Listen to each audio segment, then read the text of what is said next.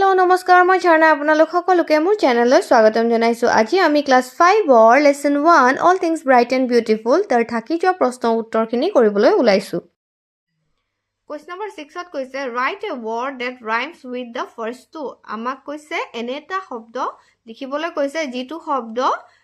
এই দুটা শব্দৰ ৰাইমিং ৱৰ্ডছ হয় যেনে sweet feet meat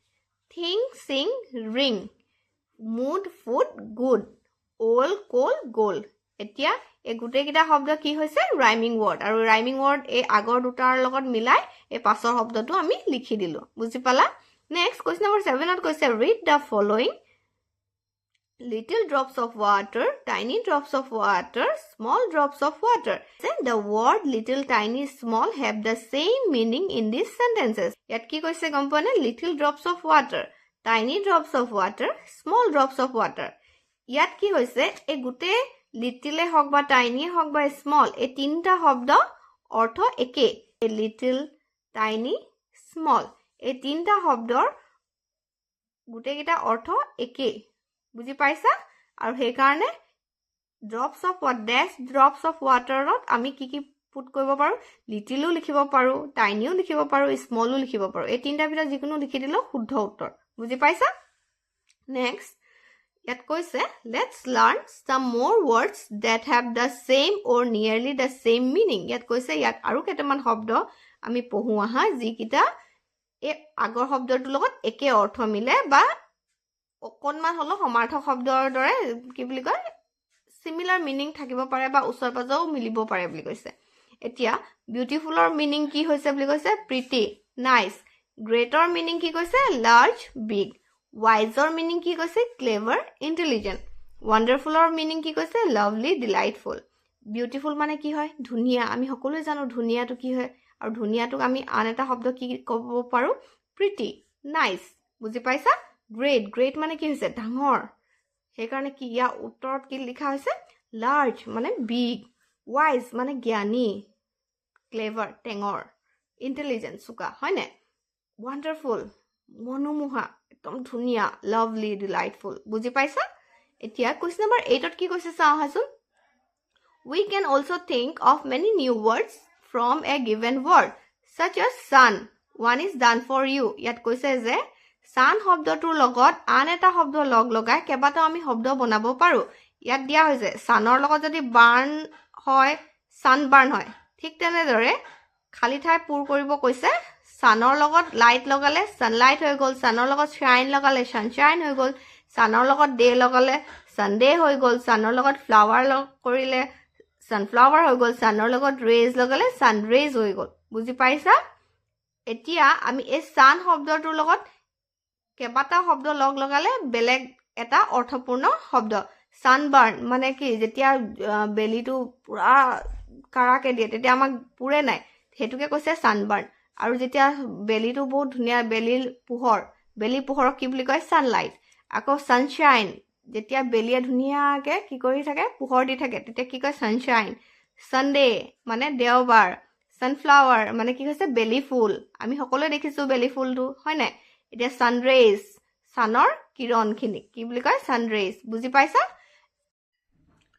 Question number 9ত কৈছে word chain use the last letter to begin the next word each new word should be something you find in nature the first one is done for you ইয়াত কৈছে ইয়াত এডাল word chain বনাবলৈ কৈছে দেই ইয়াত কৈছে যে প্ৰথম শব্দটোৰ last letterটো এই second শব্দটোৰ কি কৈছে first letter দি শব্দ হ'ব লাগিব কৈছে হা প্ৰথম শব্দ দুটা কৰি দিছে বুলি কৈছে আকৌ এবাৰ বুজাই দিছো ইয়াত কৈছে word chain এটা বনাবলে আৰু এই word chainটোত এনেকুৱাকে বনাব লাগে যাতে প্ৰথম শব্দটোৰ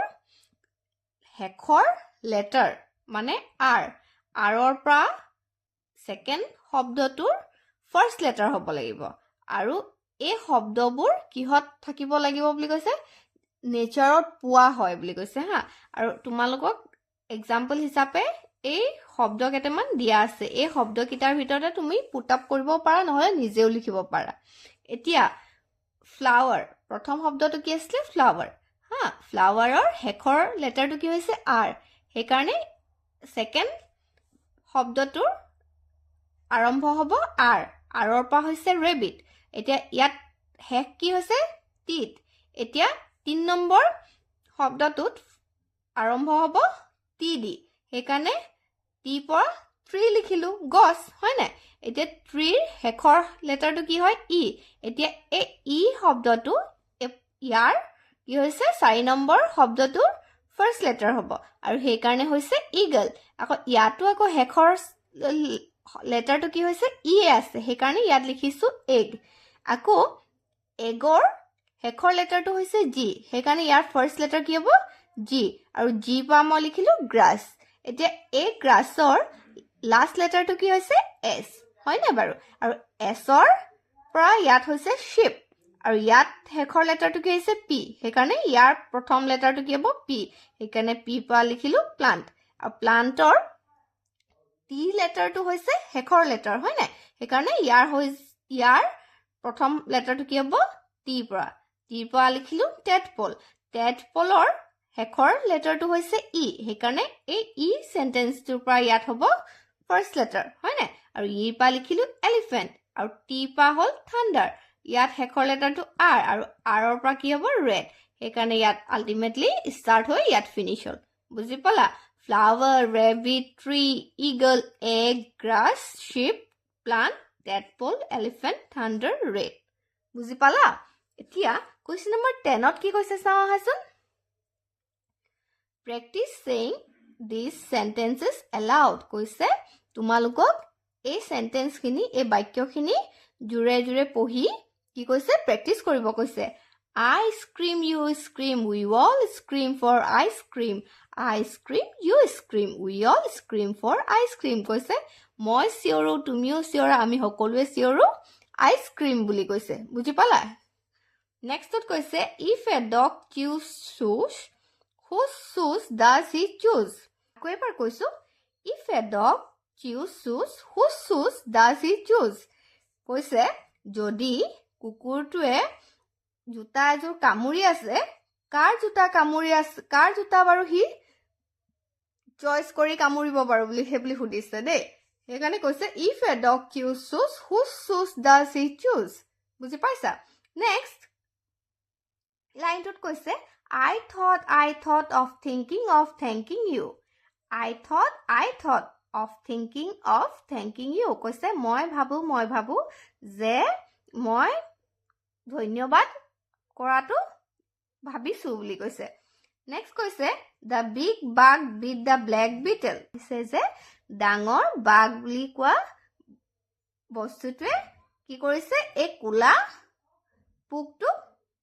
মাৰিলে বুলি কৈছে সেইকাৰণে কৈছে the big bug beat the black beetle বুজি পাইছা কুৱেশ্যন নম্বৰ 11ত কি কৈছে চাওঁ আহাচোন